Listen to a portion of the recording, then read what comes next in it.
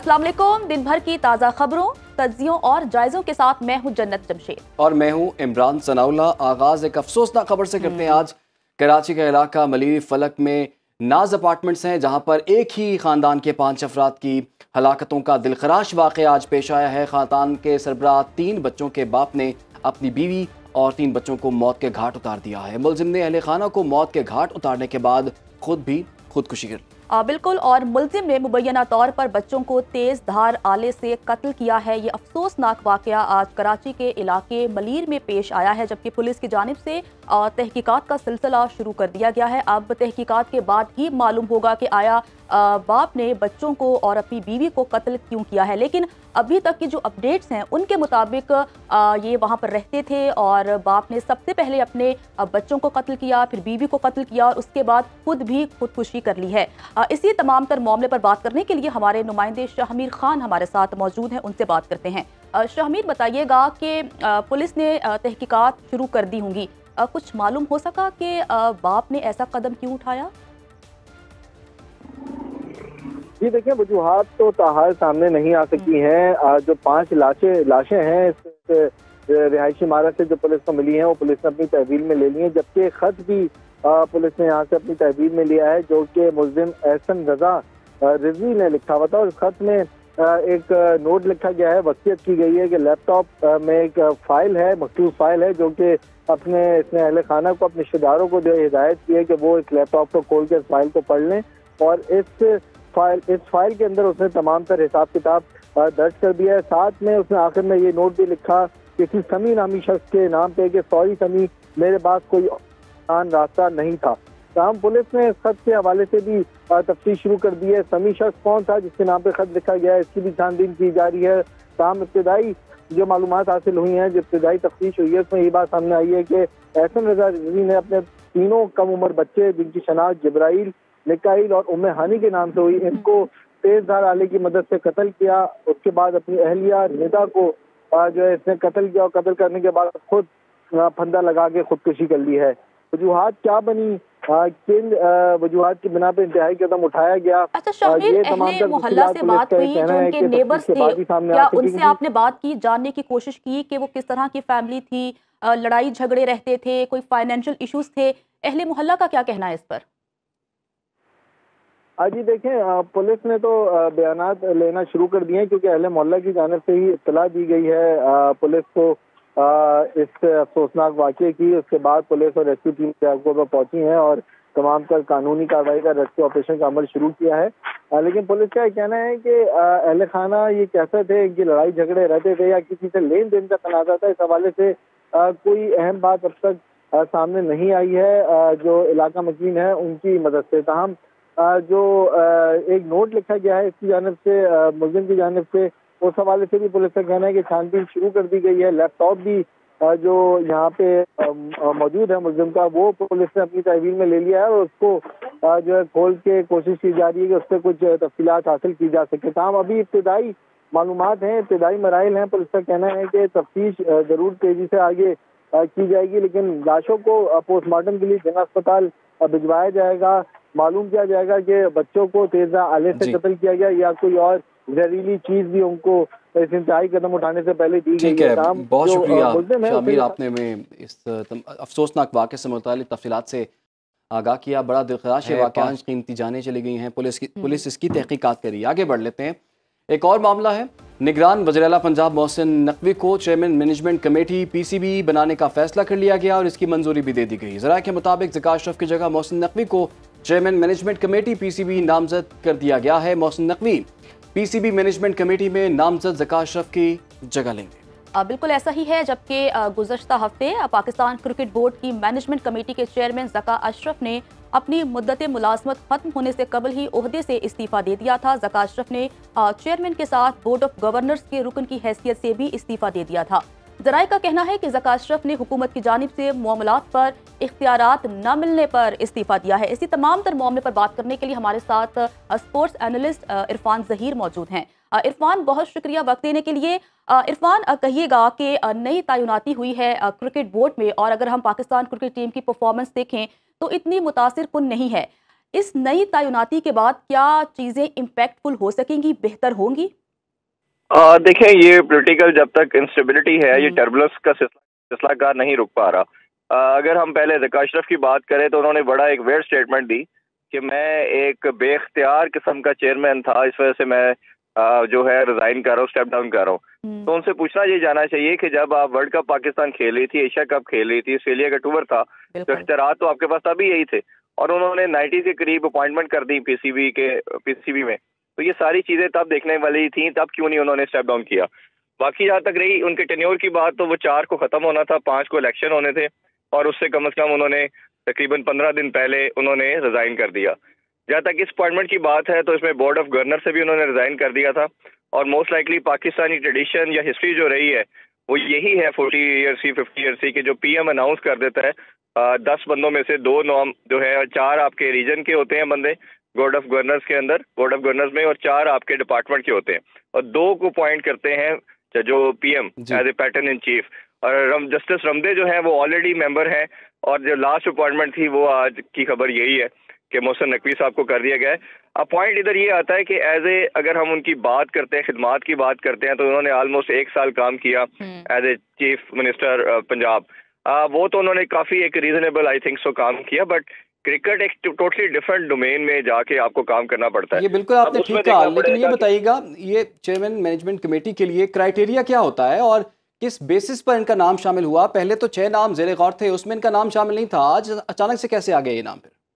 देखिए, ये इमरान ऐसे होता है कि कई दफा मीडिया में ना आप जर्नलिस्ट को खुद से इन्वॉल्व करते हो और सर्कुलेट कराते हैं न्यूज के अंदर कि हमारा नाम ऐड ऑन किया जाए। नाम तो मैंने जिस तरह कहा कि 10 मेंबर होते हैं बोर्ड ऑफ गवर्नर में, 4 रीजन के मेंबर होते हैं, 4 आपके डिपार्टमेंट में से सिलेक्ट एलोकेट किए जाते हैं, 2 ऐसे नाम होते हैं जो पीएम अपॉइंट करता है, और जस्टिस रमदे ऑलरेडी अपॉइंटेड है, और ज़का अशरफ की जगह 10वां नंबर जो नाम है वो हमारे सामने मोहसिन नकवी का आ रहा है, और मोस्ट लाइकली जिसको पीएम ही अपॉइंट कर देता है, बाकी उसके आगे कोई फिर इलेक्शन में सब उसी को वोट करते हैं। तो ये तो पाकिस्तानी हिस्ट्री है। और अभी जो मोहसिन नकवी को किया गया है, मोस्ट लाइकली यही जब इलेक्शन होंगे 5 तारीख को, अभी ये इंटरम के तौर पे काम करेंगे, और जब 5 को हावर शाह चीफ इलेक्शन कमिश्नर है पीसीबी के, जब वो इलेक्शन कंडक्ट करवाएंगे तो उसमें फिर इन्हीं को as a chairman PCB appoint किया जाएगा। अब बात यह है कि अगर आपकी नई गवर्नमेंट फॉर्मेशन होती है, 8 को आपको पता इलेक्शन है, और जैसे इलेक्शन होंगे और इलेक्शन के बाद जब नया आपके पास प्राइम मिनिस्टर आएगा, पॉइंट ये है कि वो फिर इनको चलने देगा कि नहीं चलने देगा। यही हम पिछले 2-3 मंथ से रोना रो रहे हैं कि आपके 1.5 साल के अंदर 5वां ये चेयरमैन पीसीबी चेंज होने जा रहा है। दुनिया में इसकी कोई मिसाल नहीं मिलती, कोई एग्जाम्पल नहीं मिलती। ये आपके कंट्री के अंदर एक मजाक बन गया है, ये पूरी दुनिया को इतना बुरा मैसेज चला गया है। और अभी रिसेंटली आपके पास एक प्रेसिडेंट आ चुका है कि आईसीसी ने रुकनीयत श्रीलंकन बोर्ड की कैंसिल की पॉलिटिकल इंटरफेरेंस की वजह से। और अभी ये ज़का अशरफ की जो हम बात कर रहे हैं, उन्होंने स्टेप डाउन किया, ये भी उसी की कड़ी थी। बिल्कुल, इरफान आपने बहुत अहम पॉइंट उठाया है कि हमेशा से कहा जाता है कि खेल को सियासत से दूर रखा जाए, लेकिन अगर हम पीसीबी की बात करें तो जब भी चेयरमैन पीसीबी की तैनाती होती है तो सियासतदानों का बहुत अहम किरदार होता है। ज़का अशरफ की भी तैनाती इसी बुनियाद पर हुई थी, लेकिन अभी जो मोहसिन नकवी साहब हैं वो भी सियासी बुनियाद पर तैनात हुए हैं। हमेशा कहा जाता है कि जिसका क्रिकेट से ताल्लुक हो उसे चेयरमैन पीसीबी बनाया जाए। रमीज राजा साहब का टेन्योर भी आपके सामने है, तो क्या वाकई में आप इस चीज से अग्री करते हैं कि क्रिकेट की हाव नो होनी चाहिए, समझबूझ उस शख्स को होनी चाहिए जिसे तैनात किया जा रहा हो? बिल्कुल, अगर देखें 70-80% तो जिसको क्रिकेट का नॉलेज है, गेम सेंस है, उसी को होना चाहिए। 1% हम जरूर ये बात कर सकते हैं कि दुनिया में कई एग्जाम्पल प्रेसिडेंट आपको मिलेंगे कि जो चेयरमैन है वो क्रिकेटर नहीं है। चले मान लेते हैं कि वो अगर गवर्निंग उसकी कैपेबिलिटी बहुत ज्यादा है, एडमिनिस्ट्रेशन उसकी बहुत स्ट्रॉन्ग है, तो मेरा मानना यह है कि फिर भी वो चेयरमैन बन सकता है। बट पॉइंट इज कि सेंस कितनी है, उसको क्रिकेट की समझबूझ कितनी है। जैसे हम लोग क्रिकेट के ऊपर बात करते हैं, शोज करते हैं, तो अगर बंदे की सेंस ही नहीं है ना, वो नकवी साहब निगरान वज़ीर आला पंजाब के बाद एक नए महाज पर हैं, और देखना यह है कि बतौर चेयरमैन पीसीबी उनकी परफॉर्मेंस कैसी रहती है। इरफान ज़हीर हमारे साथ मौजूद थे। इरफान, आपका बहुत शुक्रिया। आगे बढ़ते हैं और अब सियासी मंजरनामे से बात कर लेते हैं, खबर शामिल करते हैं कि सख्त सर्दी में सियासी जमातें काफ़ी सरगर्म हैं। नून लीग की केपी और पंजाब में इंतखाबी मुहिम तेज है। मरियम नवाज और सरबराह नून लीग मियां मोहम्मद नवाज शरीफ ने मानसेरा में खिताब करते हुए पाकिस्तान तहरीक इंसाफ की साबिक खैबर पख्तूनख्वा हुकूमत को सख्त तनकीद का निशाना बनाया। मरियम नवाज बोली, केपी तजर्बागा नहीं, जीते जागते लोगों का सूबा है। झूठे वादे करने वाले 10 मिलियन दरख्त लगाने का कहने वाले दरख्तों की लकड़ियां बेचकर खा गए। ये 10 साल बाद हुकूमत से निकले। अगर इन्होंने केपी में 5 अस्पताल या 5 सड़कें बनाई हों तो बता दें। जबकि नवाज शरीफ ने भी अपने खिताब में कहा, हम बहुत उम्दा पाकिस्तान छोड़कर गए थे। जिन्होंने बिगाड़ना था वो बिगाड़ कर चलते बने। पाकिस्तान को दोबारा पटरी पर लाना आसान नहीं। उन्होंने कहा कि जान जोखों का काम है। और नवाज शरीफ बोले कि खैबर पख्तूनख्वा वाले झूठे शख्स के झांसे में आ गए। केपी वालों ने उसे वोट दिया था, यहाँ हुकूमत तो उसकी थी। केपी को पहले से भी बुरे हाल में कर दिया गया है। मियां नवाज शरीफ ने मजीद क्या कहा, आइए आपको दिखा। 10 साल जिनकी हुकूमत रही है केपीके में, उन्होंने केपीके का और मानसेरा का क्या किया, क्या बनाया उन्होंने? यहाँ पर नया केपीके बनाया, कोई नया पाकिस्तान बनाया, कोई तब्दीली आई? यहाँ पर अगर किसी ने कुछ बनाया है तो वो फिर इस मोटरवे पे जाके देखे कि नवाज शरीफ ने यहाँ पे क्या बनाया है। खैबर पख्तूनख्वा वालों, आप भी इस झूठे शख्स के झांसे में आ गए। यार वोट तो आपने दिया था, हुकूमत तो यहाँ थी उसकी। जिन्होंने बिगाड़ना था वो बिगाड़ के चले गए हैं। ये पाकिस्तान के साथ बहुत जुल्म हुआ है। ये जान जोखों का काम होगा इस पाकिस्तान को पटरी पे लेकर आना। फिर अपने खिताब में साबिक वज़ीर आज़म नवाज शरीफ ने मानसेहरा की आवाम के लिए बड़ी खुशखबरियों का भी ऐलान किया। कहा कि मेडिकल कॉलेज यहाँ पर बनेगा, यूनिवर्सिटी की तामीर भी यहाँ पर होगी, ट्रेन भी यहाँ पर पहुँचेगी। मजीद क्या क्या ऐलानात किए वो भी देख लें। अगर मुस्लिम लीग नून की गवर्नमेंट आती है, एक खूबसूरत एयरपोर्ट बनेगा मानसेरा में। मानसेरा में ट्रेन आएगी, रेलगाड़ी आएगी इंशाल्लाह, जो कराची से चलेगी मानसेरा आएगी और मानसेरा से आगे मुजफ्फराबाद जाएगी। ये जाएगी आगे बालाकोट, कागान, नरान, बाबूसर, चिलास और गिलगित तक जाएगी इंशाल्लाह। कॉलेज भी बनेगा, यूनिवर्सिटी भी बनेगी इंशाल्लाह और मेडिकल कॉलेज भी बनेगा इंशाल्लाह। यहाँ पे मानसेरा के लिए वाटर सप्लाई जो है उसके लिए शोग्रां से हम पानी लेकर आएंगे मानसेरा में। जबकि दूसरी जानिब पाकिस्तान पीपल्स पार्टी के चेयरमैन बिलावल भुट्टो जरदारी भी काफ़ी मुतहरिक हैं। उन्होंने साहिवाल हॉकी स्टेडियम में अपने इंतखाबी जलसे से खिताब करते हुए नून लीग को सख्त तनकीद का निशाना बनाया। उनका क्या कहना था, आइए वो सुन लेते हैं। इलेक्शन नफरत और तकसीम की सियासत को दफन करने के लिए लड़ रहा हूँ। इस इलेक्शन में अब सिर्फ अगर इंतकाम की सियासत चाहिए, पुराना सियासत चाहिए तो जाए शेर पे मोहर लगाए। लेकिन अगर आपने अपना किस्मत तब्दील करना है, नया सोच चुनना है, अगर आप समझते हो कि पाकिस्तान को नई क़ियादत की जरूरत है तो फिर इस तीर पे मोहर लगा दे। तो chairman Pakistan Peoples Party Bilawal Bhutto Zardari ने आज साहिवाल में खिताब किया, लेकिन कल वो लाहौर आए और लाहौर में उन्होंने जलसा मुनक्किद किया और जलसे से धुआंधार खिताब करते हुए कहा कि लाहौर पाकिस्तान का दिल है और पाकिस्तान का दिल टूटा हुआ है। मुझे मौका दें, पाकिस्तान का दिल जोड़ कर दिखाऊंगा। मजीद क्या कहा, आइए सुन लेते हैं। कोई शोबाज मुसल्लत किया जाता है तो कभी कोई वसीम अकरम प्लस मुसल्लत किया जाता है। क्या लाहौर की किस्मत में ये लिखा हुआ है कि इन्हीं चेहरों को आपने बार बार मुंतखब करवाना है? ये सब बारी बारी वजीर आजम रहे हैं, कोई एक दफा तो कोई 3 दफा। आप मुझे 4 नहीं 1 मौका दें। मैं पीटीआई के कारकुन से मुखातिब होना चाहता हूँ। आए मेरे साथ दे, मैं इस इंतकामी सियासत को दफन कर दूँ। इसी तमाम तर सियासी मंजरनामे पर बात करने के लिए हमें ज्वाइन कर लिया है सीनियर तजज़ियाकार अदनान आदिल साहब ने। अदनान साहब, आपके वक्त का बहुत शुक्रिया। अदनान साहब, पाकिस्तान की सियासत में आने वाले दिनों में आप क्या होता हुआ देख रहे हैं? इलेक्शन से 17 रोज़ पहले पाकिस्तान पीपल्स पार्टी वाले नून लीग पर तनकीद कर रहे हैं, लेकिन नून लीग वाले पीटीआई पर तनकीद कर रहे हैं। आने वाले सेटअप में आपके ख्याल में किसको क्या रोल मिलने वाला है? देखिए, बात यह है कि तनकीद तो पीटीआई पे वो कर रहे हैं, लेकिन ये यकतरफा कैंपेन हो रही है। पीटीआई को तो जलसे करने की भी इजाज़त नहीं है, ना वो लोग मीडिया पे उनको कवरेज मिल रही है जो वो इनका जवाब दे सकें, जो ये इल्ज़ामात लगा रहे हैं, या वो अपना मौक़िफ़ बयान कर सकें।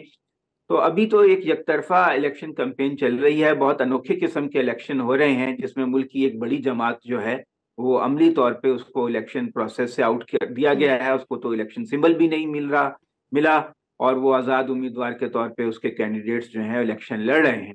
बहरहाल इस वक्त इंतखाबी मुहिम है और इसमें जो सियासतदान हैं हस्बे मामूल बड़े बड़े दावे करते हैं, एक दूसरे पे इल्जामात लगाते हैं, वही सब कुछ हम देख रहे हैं। आप ने देखा कि बिलावल ने बहुत सख्त तनकीद की नून लीग पे। हालांकि बिलावल जो है 16 महीने जो शहबाज शरीफ की हुकूमत थी उसमें वजीर खारजा थे और भी पीपल्स पार्टी के वजीर उसमें शामिल थे। तो इस दौर में जो शदीद महंगाई हुई और बेरोजगारी फैली उसमें पीपल्स पार्टी का भी उतना ही हिस्सा है जितना नून लीग का है, क्योंकि ये दोनों शरीके कार थे, बड़ी पार्टियां थीं और ये हुकूमत इन्होंने मिलकर बनाई थी। तो वो उसको अपने आप को बरियुज़िम्मा करार नहीं दे सकते इस सारे जो कुछ हुआ है पिछले 20-21 महीने में। और अब जो वो ये कोशिश कर रहे हैं कि पीटीआई चूंकि मैदान में नहीं है तो किसी तरह उसके वर्कर्स को अपनी तरफ रागिब करें और अपनी तरफ अट्रैक्ट करें, इसलिए वो उनसे ऐसी बातें कर रहे हैं। जबकि सिंध में तो हमें मालूम है कि जो पीपल्स पार्टी की मुखालफत करते हैं उनको भी इंतकाम का निशाना बनाया जाता है, लेकिन पंजाब में बहरहाल वो ये दावे कर रहे हैं साहब, जैसा कि आपने बिलावल भुट्टो जरदारी साहब की बात की कि वो काफी मुतहरिक हैं। अब जो कल उन्होंने जलसा किया है लाहौर में, उस जलसे के हवाले से ये कहा जा रहा है कि पाकिस्तान पीपल्स पार्टी का रिवाइवल होने वाला है लाहौर में और पंजाब में और बिलावल भुट्टो जरदारी बहुत जल्द कामयाब हो जाएंगे। क्या ऐसा मुमकिन हो सकेगा? नहीं, मेरा ख्याल में ऐसा मुमकिन नहीं है। जलसा उनका इसलिए अच्छा हुआ है कि उन्होंने बहुत ज़्यादा रिसोर्सेज यहाँ पर इस्तेमाल किए और वो बहुत कम होता है कि लाहौर में किसी जलसे से खिताब करें तो लोगों को पहली बार उनको सुनने का मौका मिल रहा था। और ताहिरुल कादरी की जो पार्टी है उसने भी अपना पूरा वजन उनके पलड़े में डाला है। पीपल्स पार्टी इस हद तक कामयाब हुई है कि उसने ताहिरुल कादरी की सपोर्ट हासिल कर ली है। तो हो सकता है कि वो अच्छी यहाँ पे फाइट करें, लेकिन ये कि पीपल्स पार्टी का वजूद जो है वो पंजाब की हद तक बहुत ही सुकड़ गया है और बमुश्किल वो चंद जो सीटें उनके बड़े बड़े लीडर हैं जैसे यूसुफ रजा गिलानी, मखदूम अहमद महमूद वगैरह वो शायद हासिल कर सकें, लेकिन कोई बड़ी कामयाबी पंजाब में पीपल्स पार्टी को बिलावल भुट्टो जरदारी अपने हल्के से कामयाब हो सकेंगे? मुश्किल लगता है, मुश्किल लगता है। यहाँ पे मुकाबला पीटीआई और नून लीग के दरमियान होगा। अलबत्ता अगर वो 20-25 हज़ार वोट ले लें तो ये उनकी बड़ी कामयाबी होगी। वो कम से कम ये कह सकते हैं कि लाहौर में उनकी कुछ ना कुछ सपोर्ट बेस मौजूद है और यही उनको भी मालूम होगा कि इतने ब्राइट चांसेस नहीं हैं उनके कामयाब होने के, लेकिन वो ये साबित करना चाहते हैं, वो कोशिश कर रहे हैं कि पंजाब में दोबारा से पार्टी को रिवाइव करें, यहाँ पे फुट होल्ड हासिल करें और इसीलिए उन्होंने ये जो लाहौर से इलेक्शन लड़ने का फैसला किया है। गो कि इसके उनके कामयाबी के चांसेस बहुत कम हैं।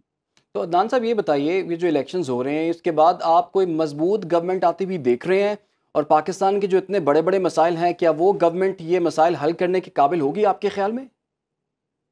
देखें, ये आपको मालूम है सियासतदान जो हैं वो बड़े बड़े दावे करते हैं जिसमें हकीकत कम होती है। अब ये नवाज शरीफ ने कहा मैं एयरपोर्ट बनाऊंगा, मानसहरा में ट्रेन लाऊंगा, तो भाई अभी तो बजट का जो खसारा है सालाना जो इस साल वो 9,000 अरब रुपए का है, तो वही पूरा करना मुश्किल हो रहा है। तो वो नए बड़े बड़े मंसूबों के लिए हजारों अरब रुपए कहाँ से लाएंगे? या 300 यूनिट वो कह रहे हैं नून लीग वाले 200 यूनिट और पीपल्स पार्टी वाले 300 यूनिट बिजली के मुफ्त देंगे, तो उसके लिए तो इतनी रकम खजाने में नहीं है और पहले ही अवाम पर टैक्सों का बेतहाशा बोझ उन्होंने डाला हुआ है हुकूमत ने, तो वो कहाँ से ये रकम पैदा करेंगे? पहले भी जो उन्होंने मंसूबे लगाए वो गैर मुल्की कर्जे लेकर लगाए जिसकी वजह से पाकिस्तान आज बहुत शदीद कर्जों की बोझ तले दबा हुआ है। इस साल हमें 25 अरब डॉलर चाहिए अपने पुराने कर्जे उतारने के लिए। नए सियासतदानों के बहुत से दावे हकीकत से बहुत दूर होते हैं। अदनान आदिल साहब, जब आपने अपनी गुफ्तगू का आगाज किया तो आपने पाकिस्तान तहरीक इंसाफ का जिक्र किया। अगर पाकिस्तान तहरीक इंसाफ की बात करें तो खबरें सामने आ रही हैं कि 8 फरवरी से पहले हो सकता है कि इंट्रा पार्टी इंतखाबात करवा दिए जाएं। आफ्टर इलेक्शंस पाकिस्तान तहरीक इंसाफ का मुस्तकबिल क्या देख रहे हैं आप?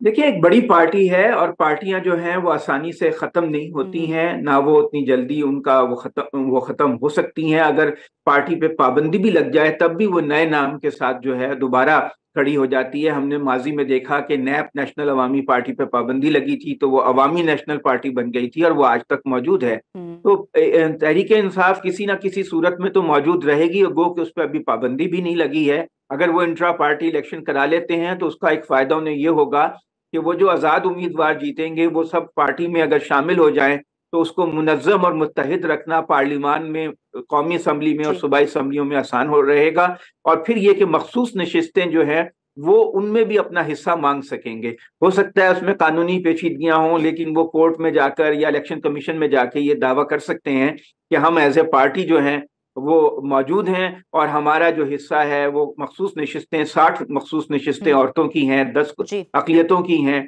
कौमी असम्बली में, तो उसमें हमारा भी जो परसेंटेज के हिसाब से हिस्सा बनता है मुतनासिब नुमाइंदगी के हिसाब से वो दिया जाए। मुतहरिक हैं, इलेक्शन कैंपेन का बाकायदा तौर पर सिलसिला शुरू हो चुका है। अब देखना यह है कि 8 फरवरी के बाद जमात किस तरह से इलेक्ट होती है और कौन सी जमात किसको शिकस्त देती है। अदनान आदिल साहब हमारे साथ मौजूद है। सर, आपका बहुत शुक्रिया। या वक्त है एक ब्रेक का, साथ रहिएगा। ब्रेक के बाद आपको वेलकम कहते हैं। नाजरीन, सिक्योरिटी खदशात की बिना पर वफाकी दारुल हुकूमत इस्लामाबाद की 4 बड़ी यूनिवर्सिटीज गैर मुअय्यना मुद्दत के लिए बंद कर दी गई हैं। रात के इस्लामाबाद के नवाही इलाकों में पुलिस और हसास इदारों ने सर्च ऑपरेशन किया, जिसके बाद थ्रेड अलर्ट जारी किया गया। थ्रेड अलर्ट के मुताबिक इस्लामाबाद के तालीमी इदारों में कलअदम तंजीम की जानिब से खुदकुश हमले की कोशिश की जा सकती है। अलर्ट जारी होने के बाद बंद की गई यूनिवर्सिटीज़ में air university, national defence university, बहरी यूनिवर्सिटी और कायद आज़म यूनिवर्सिटी शामिल है। एयर यूनिवर्सिटी इंतजामिया की जानिब से तलबा को जारी नोटिफिकेशन में कहा गया है कि एयर यूनिवर्सिटी में आज होने वाला पेपर भी कैंसिल कर दिया गया है।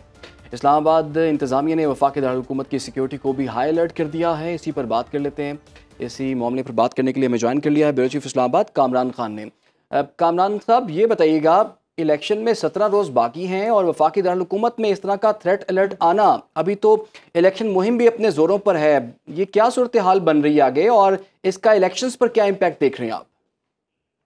जी बिल्कुल, देखिए इस्लामाबाद में इस वक्त जो है वो सूरत हाल जो अमन अमान की है वो कुछ अच्छी नहीं, और इसको हम अगर ये कहें कि यहाँ पर एक इमरजेंसी लाइक सिचुएशन थी सुबह के वक्त। आज जब इस्लामाबाद के शहरी जो हैं वो सोकर उठे तो मामूल के मुताबिक वो अपनी यूनिवर्सिटीज़ और बच्चों को उन्होंने स्कूल कॉलेजेस भेजा, लेकिन फिर ये पता चला कि पुलिस की जानिब से पुलिस ज़राए ने ये कन्फर्म किया कि एक थ्रेड अलर्ट जारी हुआ था, जिसके बायस जो इस्लामाबाद की 4 पब्लिक सेक्टर यूनिवर्सिटीज़ हैं वो उनको ता हुक्म सानी बंद किया जा रहा है। और ख़दशा ये ज़ाहिर किया गया है कि वहाँ पर कोई नागहानी वाक़या या कोई अनटूवर्ड इंसिडेंट हो सकता है, इसलिए उस तनाजुर में हिफ्ज़ मा तक़द्दुम के तौर पर यह काम किया गया। लेकिन मैं बताता चलूँ कि सिर्फ यूनिवर्सिटीज़ ही नहीं बल्कि यहाँ पर जितने भी प्राइवेट सेक्टर में इदारे थे उन्होंने भी उसको फॉलो करते हुए, उस थ्रेट अलर्ट को फॉलो करते हुए उस तनाजुर में स्कूल कॉलेजेस जो थे वो बंद कर दिए थे। यहाँ पर जो प्राइवेट स्कूल्स हैं उनमें तो बच्चे आ भी चुके थे और फिर उसके बाद जो है ना उनके वालिदैन को मैसेज गए कि जी फौरी तौर पर इनको डिसकंटिन्यू किया जा रहा है और ता हुक्म सानी ये मामला जो है वो यानी स्कूल कॉलेजेस बंद रहेंगे। तो ये यानी कि ये इस तरह की सिचुएशन थी।